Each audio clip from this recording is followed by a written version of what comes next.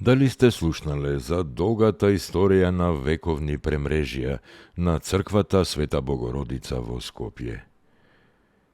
Изградена во периодот од 1204 година до 1214 од Добромир Хрс и синот негов Стрес, оваа црква постоела се до 1688 кога била урната по пожарувањето на Скопје од страна на австрискиот генерал Пиколомини.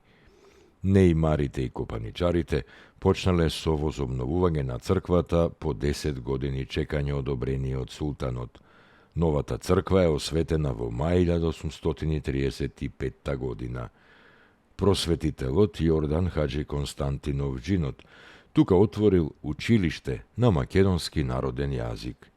Црквата Пресвета Богородица како соборен храм на градот Скопје и седиште на Скопската епархија во 1944 година била запалена од бугарскиот окупатор, за да се прикрие кражбата на црковните скапоценности кои што со воени камиони биле пренесени во Бугарија.